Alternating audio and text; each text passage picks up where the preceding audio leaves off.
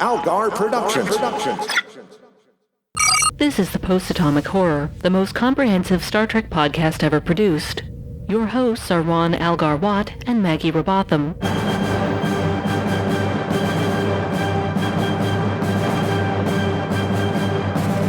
Episode 506, Who Saves the Saviors? And Temporal Mechanics 101, with Amanda Smith. Hi friends, welcome to the Post-Atomic Horror. I'm Al. I'm Maggie. And I'm Amanda. Hooray! Yeah, welcome. Back for more. Back again. Yes, and I mentioned this last week. I mentioned this last week. You were gonna come on last time, and you got your COVID and flu shots, and you were a little under the weather. So yeah, I didn't want to bring like 80% Amanda for all of course. the Amandas out there. I wanted to come in like all cylinders pumping. Yep, and unfortunately, that means you didn't get a good one. Yeah, I know, because like we watched them together. Because I've been like, you did your prep. Yeah. I've been watching the series because like I got to watch in real time as your summary appeared and then disappeared last week. Yes, because the thing is like I don't really like kid shows, like just sort of overall. There's a couple of them I like, and like there's a few nostalgia ones, but for the most part, they're just not for me. And I sort of I was coming in and out and just sort of like not paying attention when Al was watching this, and the show really grabbed me because like I kind of just like it. Like it is a kids show, so there's some stuff where I'm like, ugh, but it is very Star Trek-y. Yep. And it feels like Voyager, if Voyager had been kind of done better. Well, that's what we've been talking about, is the first season definitely felt like that. The second season is doing all the stuff about Voyager we did not like. Yeah. So it's the phrase time ghost was used in this episode, or one of these. Yeah. And, It's like, that's always a bad, so that stinks of Brennan Braga. But yeah, I've been like, I like all of the characters except Gwyn and Dal. and Murph. And Murph. But there's still lots. That still leaves like 5 guys. Yeah, like I Still like a good chunk of crew. Yeah, I like most Plus of New the Girl. crew. Yeah, I like New Girl too. Yeah. Also, that's about the same as Voyager. We didn't like Neelixon, Harry, and Chuck, but we liked everybody else. Yeah. So yeah. Like that's honestly a better mix than on Voyager. No, it's still 3 that you don't like. Yeah, because I like most everybody on the crew. I liked the hopeful kind of optimism, but it's not chirpy. Like it feels genuine. And it's referential without doing that thing Lower Decks does. Yeah. It's not ashamed to be Star Trek, but it's also not like just saying, I am Star Trek, I am Star Trek. And people don't say things like, this is a real Wrath of Khan situation. Yeah. That's the thing. There's a couple of callbacks in this episode to like Trek stuff that's happened before, and no one like has to point at it, put an underline under it, and light up all the lights of Las Vegas to show you that they know a reference. No, it's just they live in the same universe, and they've met Janeway in a way that is not irritating. No. Like they met Because she's still out there doing Star Trek shit, so you might see her. And they met hologram Janeway, and then they met real Janeway. And then they killed hologram Janeway. Hologram Janeway dying was like, I was actually like, oh, that's a bummer. Even though I know real Janeway is out there, it doesn't matter because hologram Janeway is a different character. Yeah, and she grew for a whole season, and then there she goes. Hologram Janeway died for your holographic sins. Oh no, there's a lot of those in Star Trek, I assume. Yeah. But yeah, so the far Doctor this is one of season- the greatest holographic sinners of all. That's a good point. It started with Moriarty. He was the original holographic sin. Yep. But, we were all born with original holographic sin. Oh, I know. But so far this season, like I've been a bit disappointed, I gotta say. I really enjoyed the first episode because I thought it did a really graceful job of recapping, telling us what had been happening with the guys. And those kinds of things are always difficult, like exposition dumps. But they did a good job. You're right. Yeah, for the most part, it's a really good getting the band back together episode. Yeah, for the most part, episodes like that, I'm kicking my feet and waiting for them to be over because I'm like, I know I watched the show. Yeah, and in universe or out of universe rather, like behind the scenes, we know they switched streaming services, and this streaming service doesn't have season 1, so they really need to give you everything like in this one episode, and they did. Like they managed to do that without it feeling tedious. There was also some stuff that I genuinely didn't remember, and they were like, oh, and also this. I'm like, oh yeah. Yeah. By the way, Zero can't touch people. Yeah. Oh, yeah, I guess they can't. And so forth. Yep. It's very good. I fucking love Zero. Yeah, they gave them grabber hands now, so. Yes. Mm-hmm. Yeah, but they still can't feel. They can just manipulate things, but there's no sensation there. Also, I love Zero's new outfit looks like something from Portal. Yep. I love it. It sure does. Mm-hmm. Maggie does not like that outfit. No, it's why I like their janky costume or their janky outfit better. Mm-hmm. I want to go to space. Mm-hmm. Exactly. All right. Space. Well, let's kick things off, Maggie. Why don't you tell us about who saves the saviors? All right, so we join our story already in progress as the shuttle full of idiots and the new grumpy Vulcan girl, I bet she gets to feature heavily in every episode, arrive in what turns out to be the past of Solum. Great. Wonderful. How exciting. So the kids pool their resources and head out to save Chakotay and his friend Bird Guy while making sure that the Protostar actually goes back in time and arrives at Tars Lamora so that they can actually save themselves and Gwen lives or what. It's time travel shenanigans. You get it. If I spend any more time describing it, we'll be here all day. Meanwhile, in the present... Wait, does meanwhile in the present work? Whatever. Gwen and her young, not evil father appear before the solemn Council of Elders to argue that, actually, they should listen to Gwen, a good person, and not Essentia, clearly evil. Take off your stupid masks and look at her evil person scar. The call is put out. The only way to solve this argument is in the ancient tradition of Valera, to prove who is worthy of being the Va Naket. Yes, Valera, the sacred act of sword fights and magic. Long have our ancient wizard ancestors spoke of this. It must be observed by the 5 kingdoms of Kuldavar. We seek the wisdom of the Council of 9. Bring forth representatives from each of the 12 species.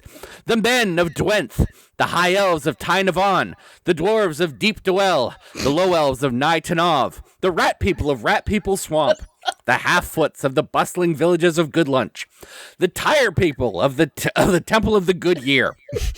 Excuse me a second while I drink water. The middle elves of Nyatanv, the men of Tultun, who are like the men of Dwenth, but Welsh. The lizard people of Rat People Swamp, House Martok, and the lower middle elves of Voynanat. All must come and observe the Valarath, for is it not written in the ancient scrolls? Meanwhile, in the future, the kids have all been arrested and shoved into a cell with Chakotay, and the kids quickly learn that Chuck isn't doing a jailbreak because he is too boring. Fear not, friends, says Jenkum-Pog. Jenkum-Pog is not even a little bit boring, and he sends out his robotic Jenkum-Paw to make like the thing. The Addams Family one, not the Kurt Russell one, or the Yancey Street one, true believers, and help them escape. Then there's a chase scene on a flying motorcycle, and Chakotay manages to escape. Hooray! Oh no, he escaped on the Protostar and won't be crashing it into Tars Lamora because he's not going there. Hooroo! Now Gwen won't ever have existed, which is proven when she pulls a full McFly siblings and vanishes. Sort of. She also goes plummeting into the chasm of Valera, home of the legendary fire dragons of Skalvar, the dreaded dwarf goblins of Gadwar, and the skeleton people of the Rat People Swamp. Now Solomon will enter 1,000 years of darkness, and the dread armies of Essentia will march across the continent of Fantasi Bullshite. To be continued in Book 6 of the Box of Fire and Flame trilogy, The Glass Treehouse. It's like you looked into my brain and saw how I perceive every single thing like this. It's such a good job, Maggie. Thank you. I didn't think anyone else had that contempt like I have.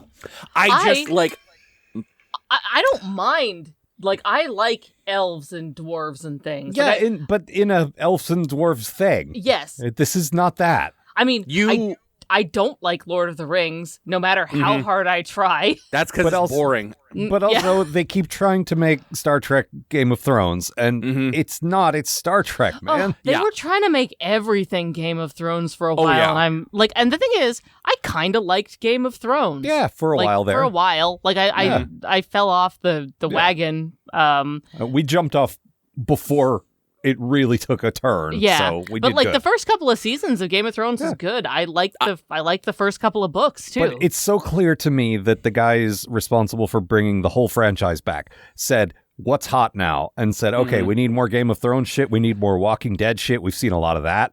Yep. And well, you like want a handful to explain the entirety of the Klingon shit from season 1 of Discovery. We watched Game of Thrones. Yeah, and it's not like it's good to borrow and pastiche things, but to just steal it whole cloth, ugh. Well, you got to work real hard to get me into a fantasy setting. It's not not impossible, but like you got to put the work in. I like a laser gun, and like I'll watch two people with cool swords fighting each other in a pit if it's fun. But like this really stretched on. I've been saying this obviously for a long time because this is kind of my shtick, but there's so many swords in Star Trek. Like, putting aside my distaste, why is it so frequent? And like the Klingons, okay, the Klingons are sword guys. All right. Like fine. we're like they're sword guys. That's okay. Yeah. That's their whole deal. That's your sword guys. You have sword guys now. Yeah. Yeah. But then when like a Romulan pulls a sword, like, no, this is bullshit, man. Yeah, Come on. And you pull a Romulan pulls a sword, you pull a disruptor. That's the Romulus way. Yeah, but then they've got a secret sword. the secret sword is the sword they stabbed you with in the back. Yes, secret sword. Also, the secret sword has a secret back door that a smaller sword comes out of. Its sword's all the way down. And it is a sword, not a knife. No, it's a small sword. Until you get down to like the little sword that came with He-Man. Yes. Yep. One of those swords that goes in cocktails. Yeah, exactly. I miss those. Yep. I didn't get to enjoy those back when I was a child. I mean, you can enjoy them now as an adult. I guess I could. I don't know. Just get something with olives or cherries. The time feels like it's past. Also, Maggie doesn't like olives or cherries.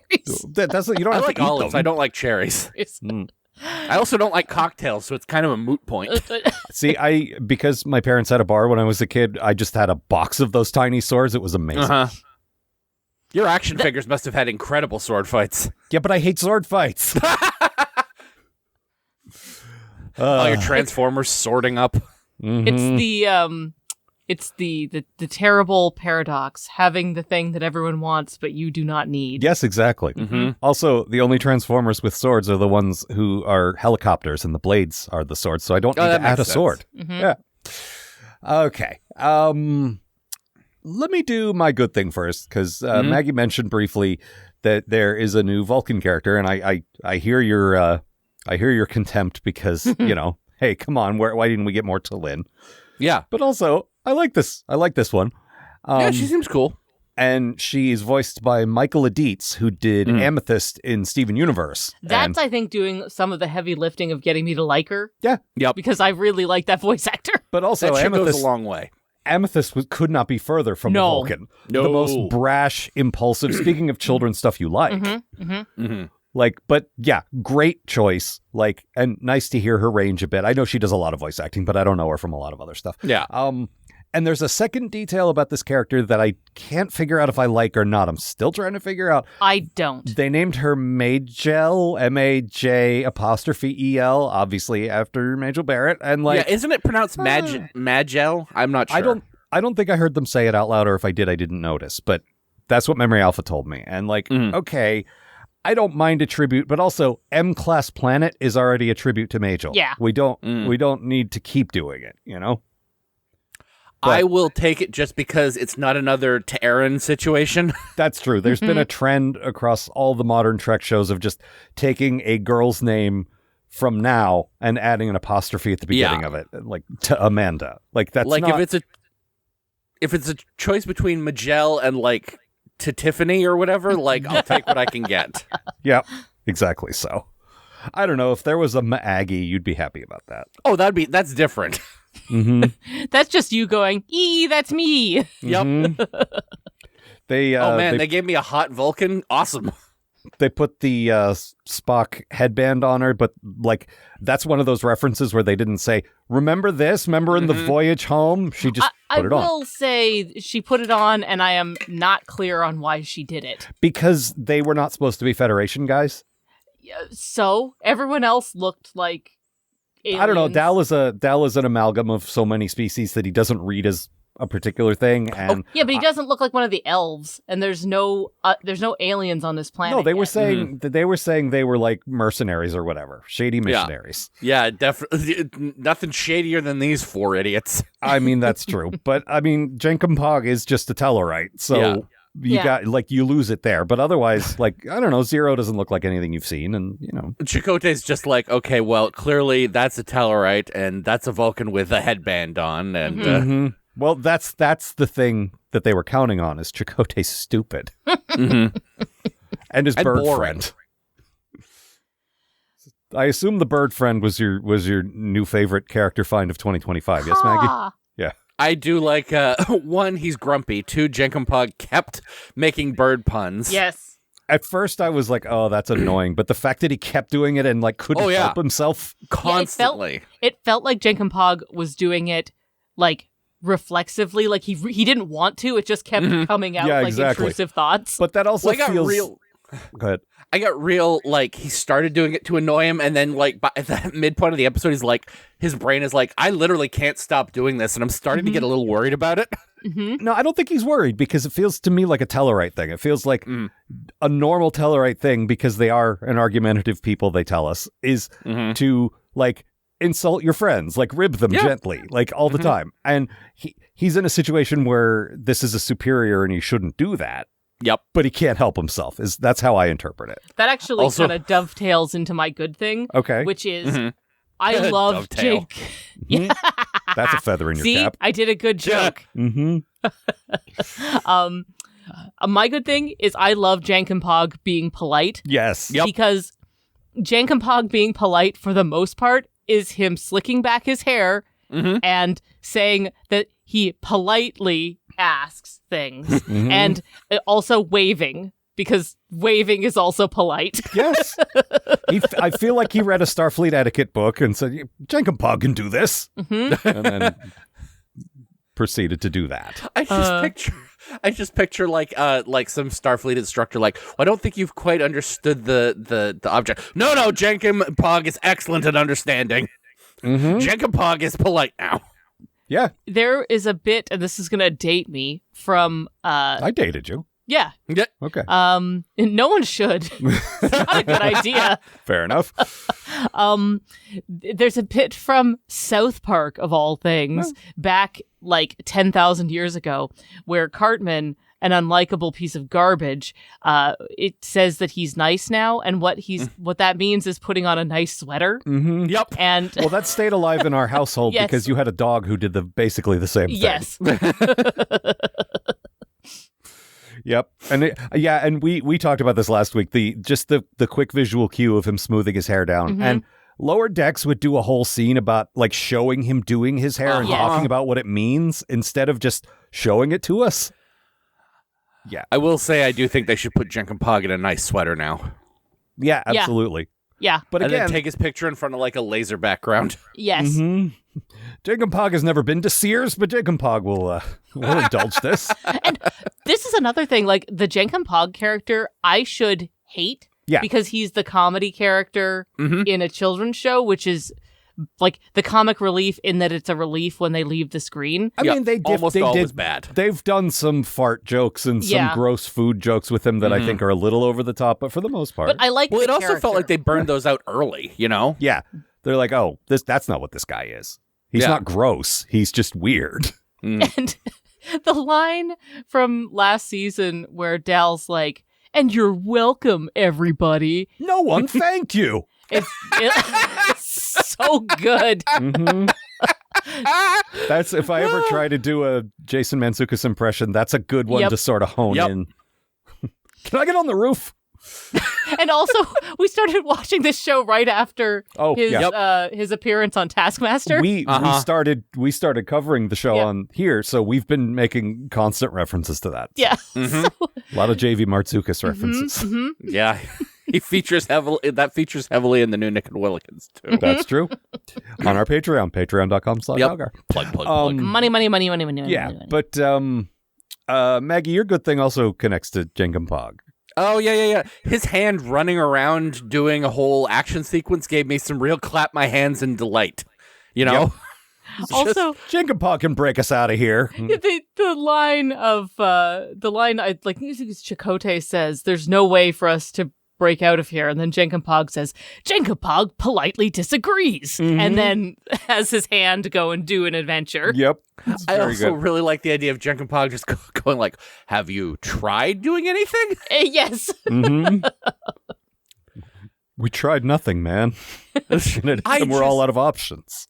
The more Robert Beltram shows up, the more I'm just like, God, you couldn't even like show up at the voice recording place in your pajamas and just like pretend to give a shit for 5 seconds. The thing is, a lot of performers had home studios before COVID, and then when COVID hit, most of them have them now. So he might not have even gone into a studio. He might have been at his house. Yeah, just like Jesus Christ, man, like. Maybe pull up from, like, one tone of voice. Like, give me something here. It's called acting.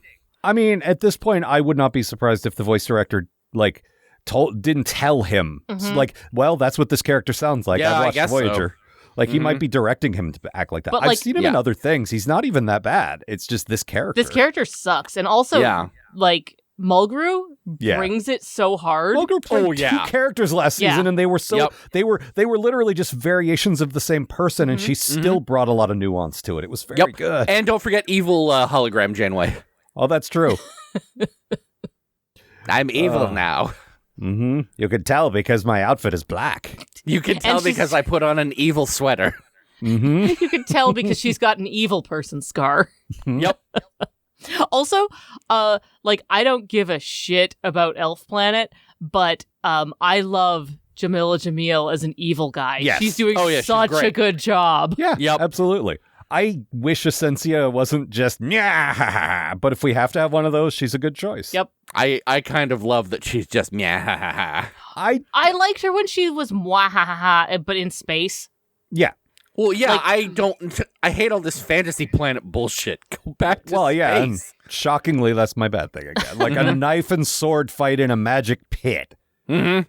But also, really, my bad thing is the time travel dynamics of, like, the way they're telling the story. Typically in Star Trek, when someone goes back in time, you follow them back in time. You don't cut to the now. Like, I'm a little confused by the way all of this is playing out. And, like, a guy who, with my friend, has literally dissected every single episode of Star Trek, not to mention a lifelong fan of science fiction in general, and, like, I love time travel stories when they're done well. Yeah. Like, I don't have a hard time following them almost ever and get annoyed when characters are like, I don't understand. We all understand. We've seen Back to the Future. We've seen various episodes of The Twilight Zone and so on and so on. Like, we know how this works. But I have no clue because they keep cutting around and I can't get a good handle on what's supposed to happen. The problem is the elf planet it looks the same in the past and the future. It's empty in one time frame, but otherwise, yes. But, like, it looks the same, and, like, the future doesn't have, like, ships zipping around, and the past doesn't have people hitting dirt with sticks. Oh, no, they hit them with swords. Exactly. Yeah. But they hit them with swords in the future, too. That's true. So, like, when you cut back and forth, it's like, if you have an ageless elf planet, that is not a good place to do time travel. What you need is a culture you're already familiar with.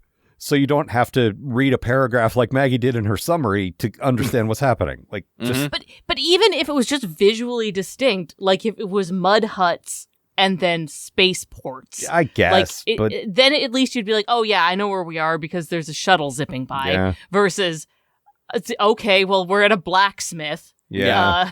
But also, the thing I keep screaming at the screen, just like we did when the Maquis were around and we were like, just go to another planet, is like, your civil war is your fault. This has nothing to do with the Federation. Why are they still fucking with it? My God. Mm-hmm. Like, there's no reason for this whole season to focus. Like, this was a dumb idea, and they should have gotten rid of it. I mean, the basic thing is, like, I just don't give a shit about Solemn in general. Like, they really want this to be the thing. Like, they wanted it to be the thing last season, too.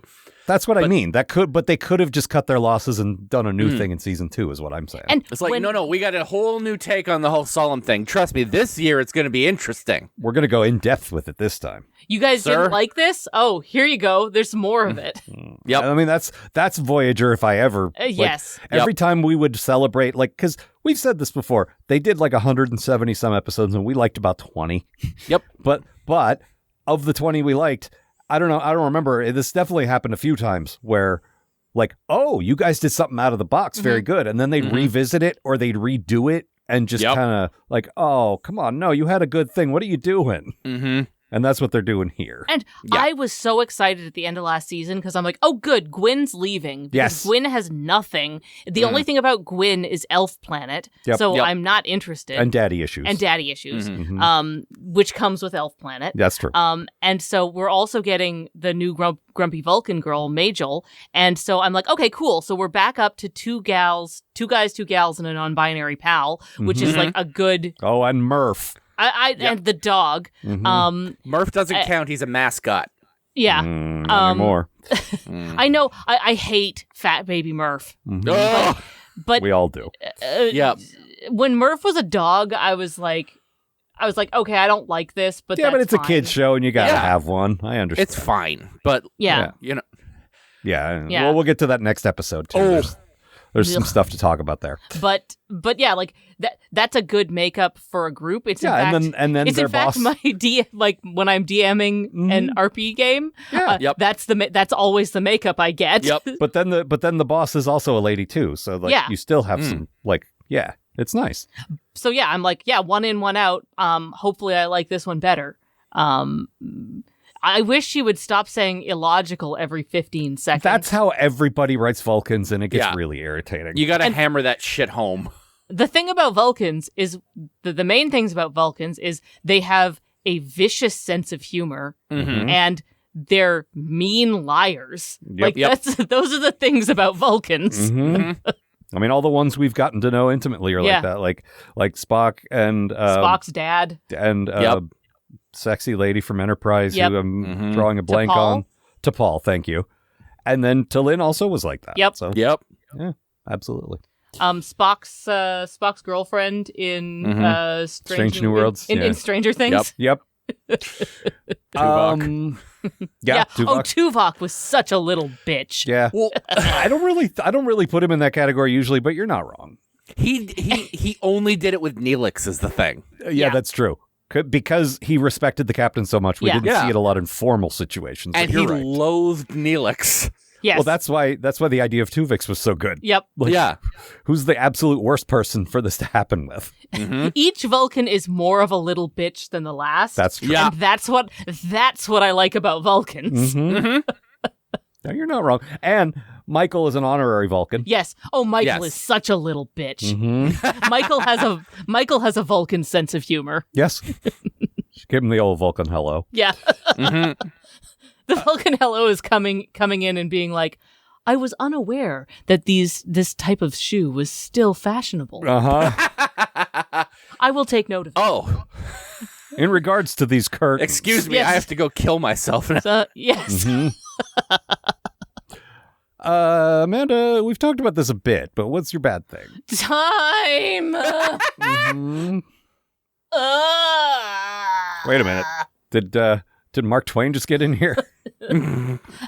I like 2 time travel things ever. I hate paradoxes. I hate self-fulfilling prophecies. Yep. This is so clearly a self-fulfilling prophecy. I hate when time's a place. Yep.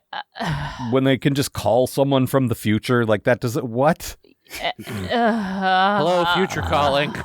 That doesn't make sense. Like, I almost never... There's one time travel episode that I like in Star Trek, I think, ever. That was the Harry Mudd one, right? Yeah, the Harry Mudd one, which was genuinely excellent. Yeah. Like, but like, that's basically it. Mm-hmm. I just don't like, and this is doing all the things I don't like. Like, this is basically lining up all the things I hate about time travel stuff. Well, like we said, season 1 was Voyager celebratory, and season 2 is Voyager derogatory. Yeah, exactly. I just... yep, no, I'm with you. Like, you know what's going to happen is always what have happened. Why are we bothering with this? Yep. Like, it just... And they always think it's a mind-blowing twist when you find out, oh, it was us. Yeah, we know. We know. And I mean, I will say, as this is a children's show, maybe this is the first time they've seen that. Okay, but that comes back to my complaint, which is, this is hard to follow for me, a lifelong science fiction and Star Trek fan. Kids are way more media savvy now than I was as a kid, but still, I can't imagine they're having a good time figuring out what the fuck's going on. Well, that's the thing. Like, I mentioned this in my summary, but you can't meanwhile in the future. That doesn't make sense. That's what I was saying about the way they're telling the story. It doesn't.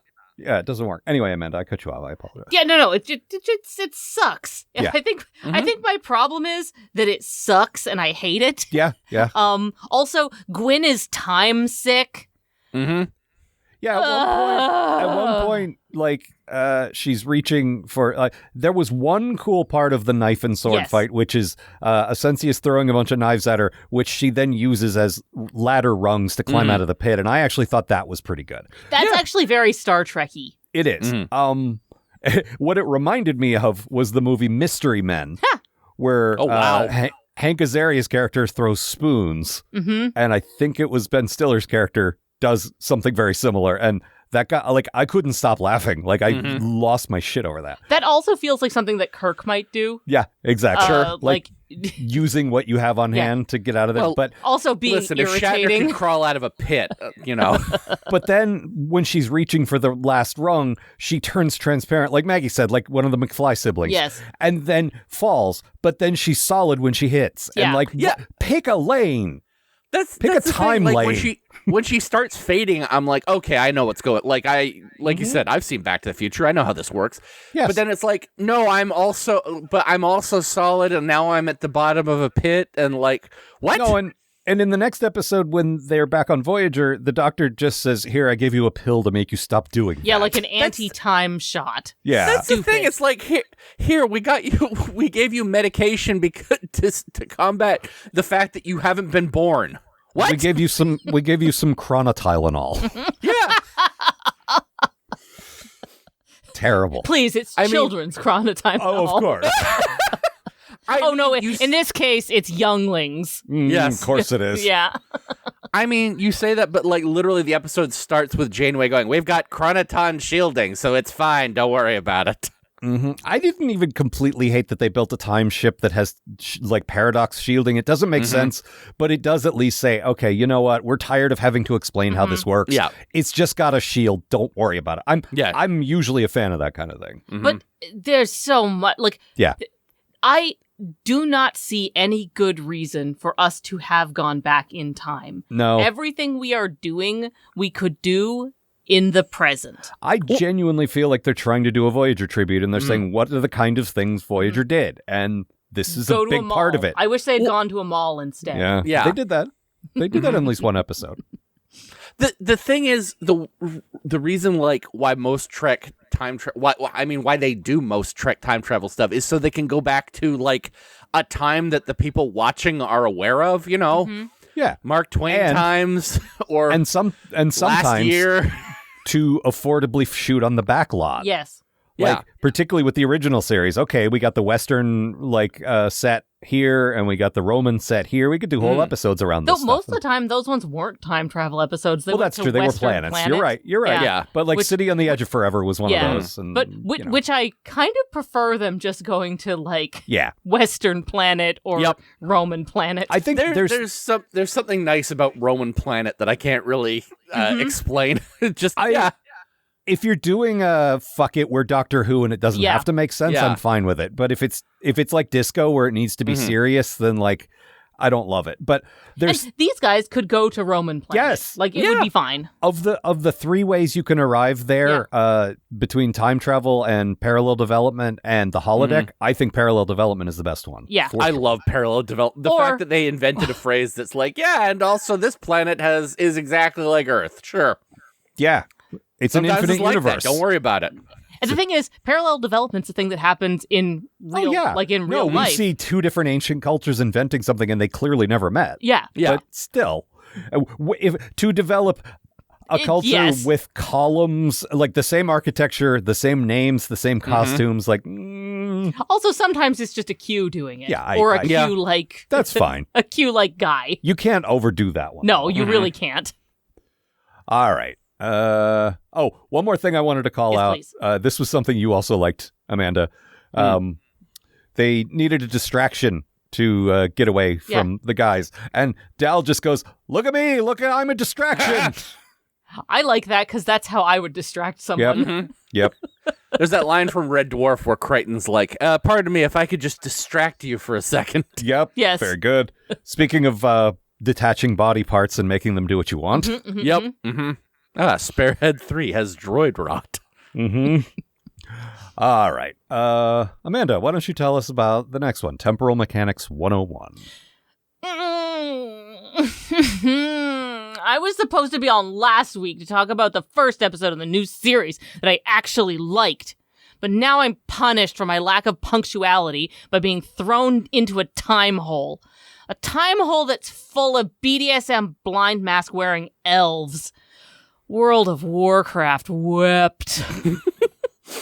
So, Zero and company are stuck in the past after having saved Bird Guy, and then fucking the present timeline up its time hole. They get a mysterious message from not them at all in the future telling them that they need to save my least favorite character, Gwyn. Majel says that it's dumb because the night elves are chasing them, but Dal hissy fits his way off the ship and everyone but Jankum trudge off to look at a pit. It turns out that Gwyn isn't just cloaked, she's time hole phased and is shifting between the present and the past, where she's dying with her mopey teen dad watching on. Zero gets them back to the ship, where they find a payoff to the Temporal Mechanics 101 runner, and then watch a delightful children's TV show about how and why to build a time machine. Or when. Some action-adventure ensues as the elves catch up with them, then mysterious forces, them from the future, fix the ship and blast them off into time. Back on the USS Janeway, the Doctor gives Gwyn an anti-time shot, and she stops jerk-assing around through causality. And then, despite all the crimes he did, Dal seems to be in no trouble at all. Yeah, that was the thing that really bugged me, is like all of this is happening because Dal was stupid. And first of all, my complaint last week was we lost all his character development. But second, you're right, he should be in trouble. And you stole a ship. What are you doing? You stole fizzy lifting drinks. You dumb idiot. But also, you mentioned that he hissy fits his way off the ship. That's how he does everything. That is how he does everything. And, like, there are things that, like, I don't find Dal he's not my least favorite character because he does sometimes do things that I think are funny. And if his arc was, I want to join Starfleet, and it turns out I actually, I got what I wanted and I actually don't want it. Yeah, because he doesn't like to read. Yeah, but all my friends are here and that's a bummer. Yeah. I actually speaking of the first episode, I actually kind of liked that, where he got what he wanted and then it turns out that what he likes is adventure. And being in Starfleet, there's adventure there, but it's not mostly adventure, it's mostly science. Yeah. Yeah. And everyone else is like, hell yeah, science. But even if you're if you're on the command track, you have to learn how to lead people, and you have to learn how different things on the ship work so you can boss those people around. Yeah, and he thinks that he can just sit in the captain's chair and be captain. Maggie had a great great way of describing this, which might have actually been how it happened, but I love the way Maggie said it, which was he's captain because he wanted the big bed. Yes, exactly.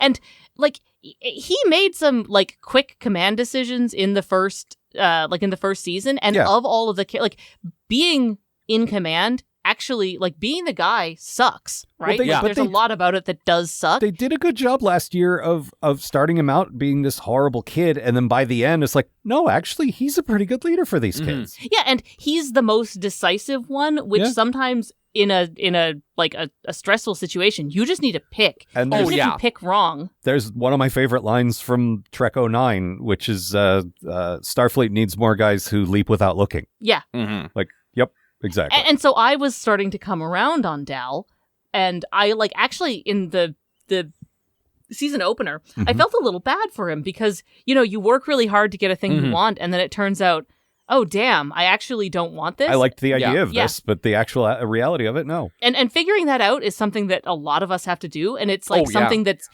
because it's a kid's show, it's kind of good to show, don't sunken cost fallacy yourself. Like, if you don't if something sucks, hit the bricks. And it would it would be another beat in his maturity. Yeah. Learning that. But that's not what it is. What's happening is Star Trek is just going to learn to live with him. Yeah, because as ever, the ends justify the means. Whatever he's done will turn out okay, and they'll be like, it's fine, you're not punished. And it is not out of character for Janeway to pick a favorite and be like, oh yeah, I don't care what he does. He's my precious boy, my precious baby boy. She made a Borg part of the crew. Yeah. You're my new pet. It's in character for her, because at first I was going to be like, that's dumb. Janeway wouldn't do. No, she absolutely would. She would do that 1,000%. Yep. Yeah, Harry Kim spent 7 years trying to be that person. Yes, because and Seven showed up in a week. Seven showed up in a week later. She was. Yeah, because mommy has favorites. Yep. Yeah. And the thing is, every captain is actually a little bad in some ways, and that's what I like. And so I was about to complain that doesn't make sense. It totally makes sense for Janeway, but the perspective of the show should be that is bad. Yeah. But the perspective of this show is that no, that's good, and Starfleet needs to change to accept Dal rather than Dal realizing this is not the place for him. Yep. No, and Admiral Jellicle should be yelling at him. Yes. Or yelling at her for that. Which, that's his name now. Yeah. Unfortunately. Yeah. So, Maggie, what was your good thing? So the rest of this season needs to be about Majel and Zero's burgeoning romance. The bit at the end. Yes. Where they had some really good bonding. She looks over at them and is like, "That of your crew, you are clearly the best one on the crew." And Zero does a little finger steeple thing, just like, "Oh, like, it's someone appreciates me." Notice me, senpai moment. Also, you can see Zero blushing, even though Zero cannot blush. Well, they do a good job of animating the cloud inside the robot suit to change tones and stuff, so it does read like a blush a bit. But Maggie's right. The finger steeple looks like basically putting your fingers in your dimples and going. But it's also a good, if you look at it as a little romance arc, the first beat of it was on the ship when Zero's like, it's okay, I've got this. I can read minds. And then Majel goes, I can also read minds. What the fuck are you trying to do to me? Yes. Yeah. So they have that first, it's kind of like enemies to lovers because they started out adversarial and now they like each other. I don't think that the show is going to be about them falling in love, but they are so clearly in love. Yep. This is the thing, though. Zero's already mentioned, I wish that I was human so I could feel emotions, and that makes me very sad. Makes you very sad, yes. And I'm just like, okay, no, let's absolutely do this. Let's make Zero want to be tangible so that they can have sex with Majel. Well, and they're doing this is a kid show, so hold hands. So they can make out with Majel. I don't know. They're doing last episode. I distinctly, or last pair of episodes last week, I got the distinct impression that being surrounded by horny teens and early 20s kids made Zero all the more there's definitely a sexual aspect to that, is what I'm saying. Yep. I also just to keep talking about the episode, what I liked. The doctor has a conversation with Zero. That was my good thing. Yeah, about being intangible and how to deal with that. And I was like, damn, that's great. Yeah, they brought the doctor back and did something good with him. Yeah. Yeah, that's good shit. Yeah, absolutely. More of this, please. Yep. Amanda, what was your good thing? Speaking of Zero. They use Zero as a flashlight. Yep. They're in the pit exploring around, and he's like, what do I have that... Oh, you. And Zero goes, not this again. It just picks them up and literally just waves the glass portal that has their glowing form in it, like around the hole. It's very good visually. So funny. Yep. I have other uses besides providing light. Shut up and provide light. Well, are any of them providing other sources of light? Because you're all I got right now. You're the only glow-in-the-dark crew member we have, so fucking... I don't know, Murph probably glows. We'll get to that. We'll get to it. My good thing, this kind of applies to both. Both episodes had these nice moments where the kids think of things the adults don't. Yes. Mm-hmm. Like we talked about, I think this was Maggie's good thing in the previous one. Like, Jenkem helped them escape jail. Like, yep. Chakotay's immediate reaction was, well, you can't do that. We've tried. And Jenkem's like, yeah, but you haven't tried with me. Watch this. Mm-hmm. And it works. And I love a story where someone comes in and they're like underregarded and underestimated, and then they actually do solve the problem, especially about these scrappy kids. Mm-hmm. Like, I hate the cliche of scrappy kids unless you do it well, and they keep proving that they're good. Mm-hmm. And it makes sense too. They don't feel like precocious idiots. Yeah, they're not just the kids who happen to find the protostar. They're actually and worthy. It's not like a Wesley Crusher's a special destiny. Like, no, they don't keep talking it up. They show instead of tell. Yeah. And none of these kids have a special destiny, you know? Like, no, Maggie Quinn does. Yeah. Oh, God, that's right. I keep forgetting. But in this I'm all into the new hotness now. But in this one, Rock Talk has a bit. It's at the very beginning of the episode where they're talking about all the time shit, and David Diggs, the first officer, the Andorian. I always forget the character's name. Yeah.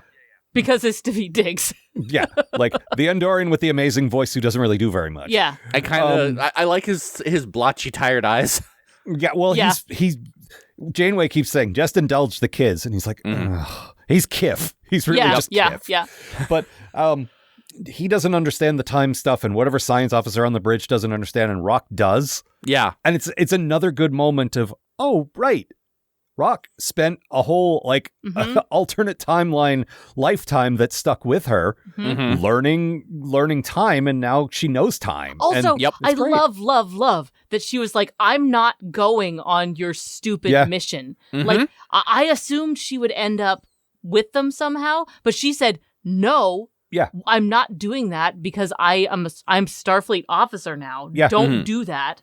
Oh, and her thing from the beginning has been, I'm not just a big guy. Don't make me the security officer. Yeah. I'm smart and I'm capable. And she's just continuing to prove herself that way.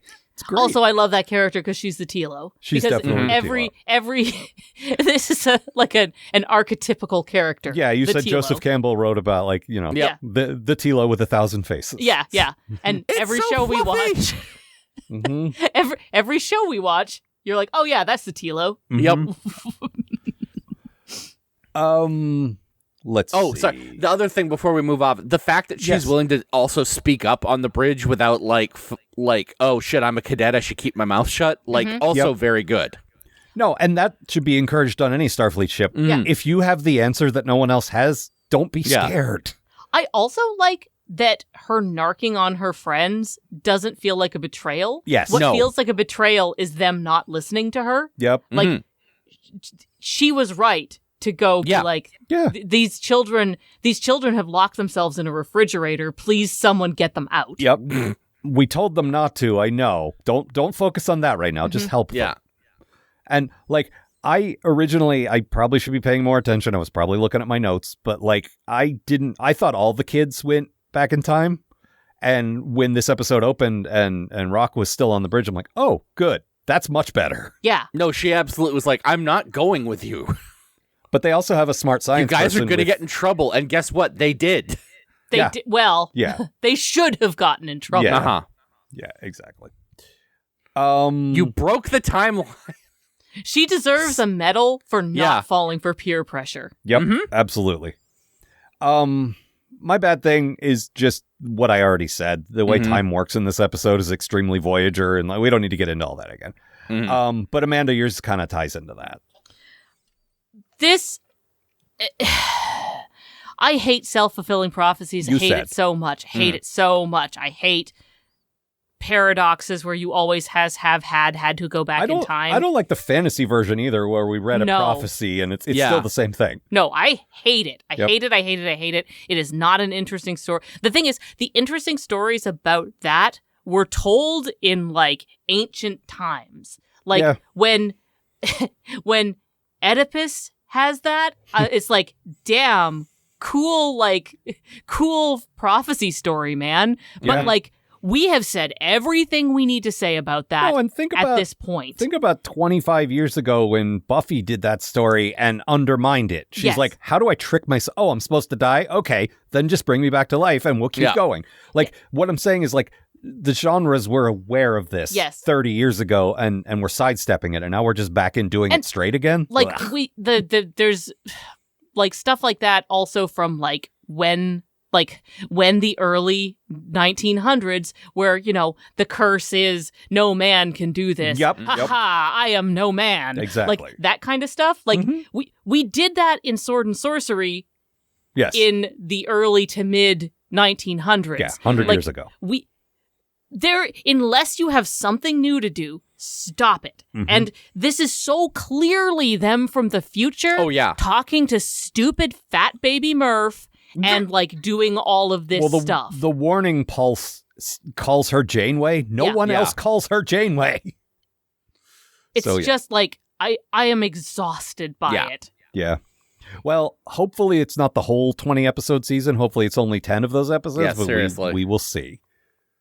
Yeah. That leads to Maggie's bad. Yeah, what was your bad?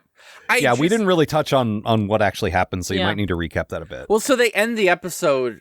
like, and I think it's Rock is like, but we still don't know who's been helping us.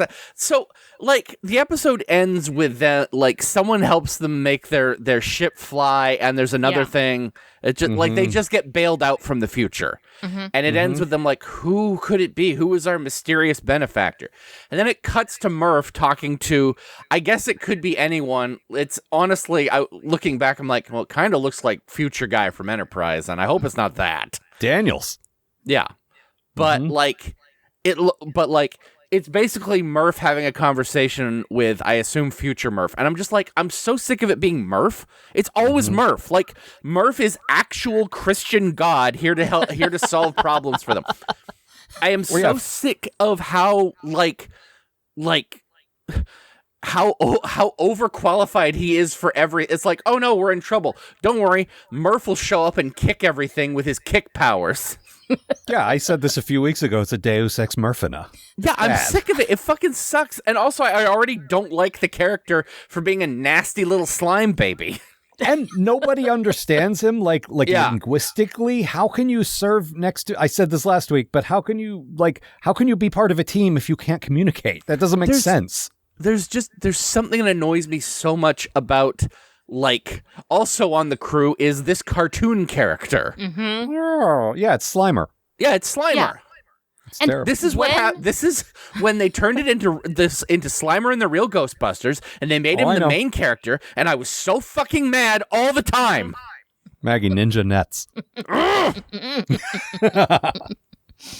And like, I also hate this character, like the Scooby-Doo or whatever. Yeah. But when this character is a pet, it is a lot more endurable. Yes. Than when they're supposed to be a person. I still felt a little pandered to, like, here's the cute thing that people want to buy. But, it's a lot better than this. Like, that is irritating, and I didn't like it then, and I don't like it now. Correct. But it's worse now that he's supposed to be a guy.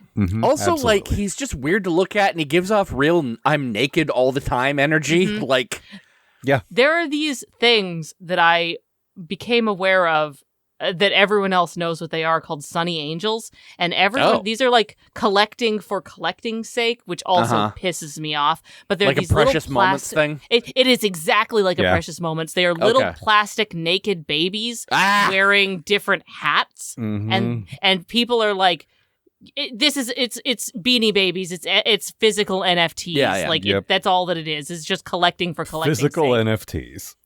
There's always one of these. Like this. These just happen. Yeah, Labubu. Labubu is one, yeah. Where I went on an epic sword quest to get one for a friend of mine. Mm-hmm. And every step of the way, I was like, why am I doing this? Yeah. Well, as was prophesized, Amanda.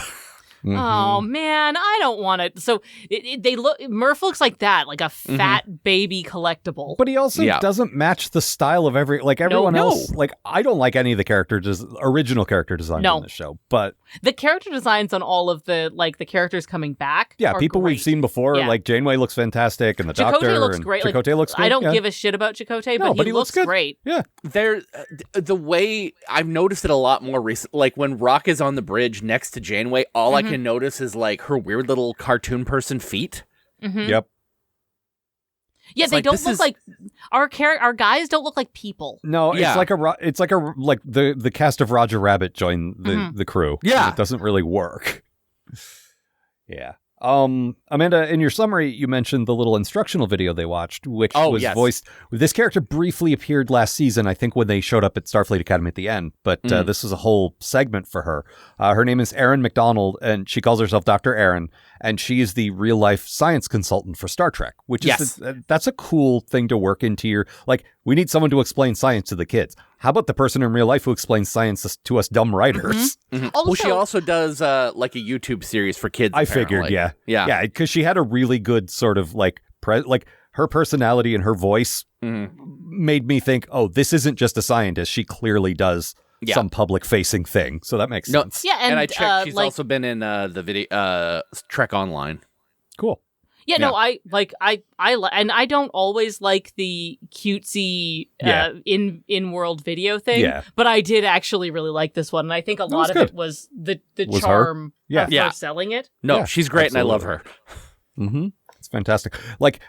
Dumb writers need someone like that. When we were working on Endeavor, our friend English Gav, who reads a lot of science and understands it a lot better than any of us, I would always say, would this work? Is there some, and I don't just want to technobabble, does this make sense logically? And he'd say yes or no. And he was very good. And you guys actually changed stuff when he was that's asinine. Yeah. You can't, even in a sci-fi world where you suspend disbelief. And this is a lifelong Doctor Who fan saying that sometimes. You cannot do that because it is dumb. Yeah, exactly.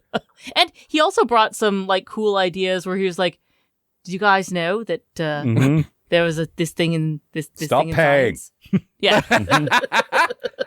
No, it's sometimes I would have a drawing of an alien that someone commissioned or whatever, and I'd say, how does this alien breathe? Or how do they fuck? And he would just tell me. It's great. Yep. So anyway, but it was cool seeing her and hearing her. That was a interesting thing to put in there. And they could so easily have just said, I don't know, I'm Spock and here's how it works. Yes. But instead, they have created this new character, which is, so much better. Yeah. They do name check Worf in one of these episodes because they're talking about how they move across realities like Worf did in Parallels? Is that what it was called? Yes. Yeah. The one where he peeks around the corner at Troy. There's so many peeking around the corner. That was the cover art anytime you said we have to have Worf peeping around at thing because that's your favorite it was thing. Always funny. Yep. Or drinking tea or chasing a chicken in that one. I think that was the Irish guys beaming on with their hay. Yeah. But anyway, they didn't say, Lieutenant Worf of the Enterprise that we all know. They're just no, this Starfleet officer, a Lieutenant Worf. Yeah, we looked it up to see if it had happened before in the index. And this it guy did. who we don't actually know, but that was his name. Yeah. Yep, that's how you do it. It's a big fleet, man. Not just fucking Mariner going, Worf! My best friend! I love Worf! Mm-hmm. We know. All right.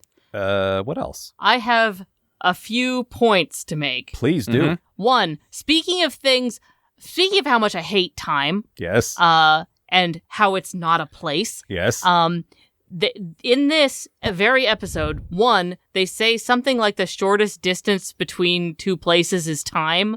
And what? Fuck off. Yeah. Yep. Also, speaking of fuck off, if I never have to hear the Schrodinger's cat thing again, it will be too soon. It's like seeing Saturn devouring his child in a horror movie. This is it's like that, except for sci-fi. I'm fucking sick of it. Also, it doesn't mean what you think it means. Like, it was the guy, the guy with the cat. Yeah. The guy with the cat. It was him saying, like... John Arbuckle? Yes. It was saying that, like, this idea is stupid because this isn't possible. Yeah, this cat can't be alive and dead. Come on, think about it. Think about it. That's dumb. Yep. And I understand that it doesn't mean that anymore. Like, now it does mean that language evolves. Language evolves. But I am also the person who's like, Romeo and Juliet is about two stupid idiot children. It's not about love. And so that's the kind of pedant I am. And so that's the hill you choose to die on. That's the hill I choose to die on. And so, one, it's incorrect usage. Two, it's in every goddamn thing. Well, Star Trek loves its same 10 references to things, and this show's better than others, but it still does. It's not just Star Trek, it's literally all sci-fi. I know. And they bring it up like it's an idea that no one's heard of, and it's like, this has so permeated our culture. Yeah. Yep. Everyone knows this one. Find a different one. I agree. Also, Amanda, Romeo and Juliet is about two stupid Stranger Things. Obviously. Obviously. Oh, and one last Jenkum-Pog thing. Yes. Yes. Which is when he gives up and decides to go... this is the episode where he's dropped it. Yeah, where he finally decides to stop being polite. The hammer comes out of his, like, hand attachment instead of it being a hand, and his hair pops back up. Yep. And I was like, yay! Percussive maintenance. Yeah. Yep. Well, I think I mentioned this... It's such a guess who's back moment, and they execute it perfectly. Really 4 good. episodes was the right amount of time. Yes. If they'd done it at the end of the first episode, it wouldn't have been enough. But no, I'm sure I've mentioned this already. But when I used to work around aircraft mechanics, some of them very much were into this percussive. That's an expression they use, and they will literally hit things with a hammer, and it works. And they know what they're doing. These are experts. And it's such a Tellarite solution. Yes. Oh yeah, it's a good idea. Making him the engineer and making him like that. It's great. And you got these refined, especially the cadets who were like, we can't touch this. It's new. They'll yell at us. He's like, if you want it to work, you got to hit it. No, I love the idea of him being both going forward, you know? Yeah. Yeah, him being able to, like a character arc where he realizes that sometimes it's better to wave at people and wear a nice sweater. He has learned something in the journey. Exactly. Yep. I do like before he turns back though. At the beginning of the episode, Dal's doing the usual Jenkum-Pog can have it done in 2 hours. Well, we need it in 10 minutes. Jenkum politely requests more time. You could see it starting to fall apart. The bit at the end where they're trying to build the time machine, and Dal's like, okay, you don't need to make it fly. And then they're stuck in the big hole, and he turns to him and goes, so can this thing fly? And Jenkum-Pog goes, okay. You specifically told Jenkum-Pog that the time machine did not have to fly. And you can't so many things we can attribute to Dal being impulsive or not thinking things through, but he is treating Jenkum-Pog like every other captain treats an engineer. Yep. This is standard, man. You're going to have to get used to this if you're staying in the fleet. Okay, Geordie, I know I said it didn't need to fly, but can it fly? You could picture every captain doing that. And Geordie would be okay with it, but most of them would. B'Elanna would not be okay with it. Tig would definitely not be okay with it. O'Brien would grin and bear it. Yes. But because he respected Cisco, but he wouldn't like it. Yeah, he would grin and bear it and then just bitch. What the fuck are you talking about? You all talking about Jet Reno? Yeah. I understand you forgot the character's name, but I didn't forget the character's name. I understand. I just think of the character as Tig. Sorry, Jet Reno is such a perfect pulp sci-fi name that you must use Jet Reno. But Tig Notaro is kind of a perfect sci-fi name. You're right. The thing is, I always just think of her as guys, come on, it's me, Tig. Yeah. Tig Jet. Yeah. All right. Anything else? I think that's it.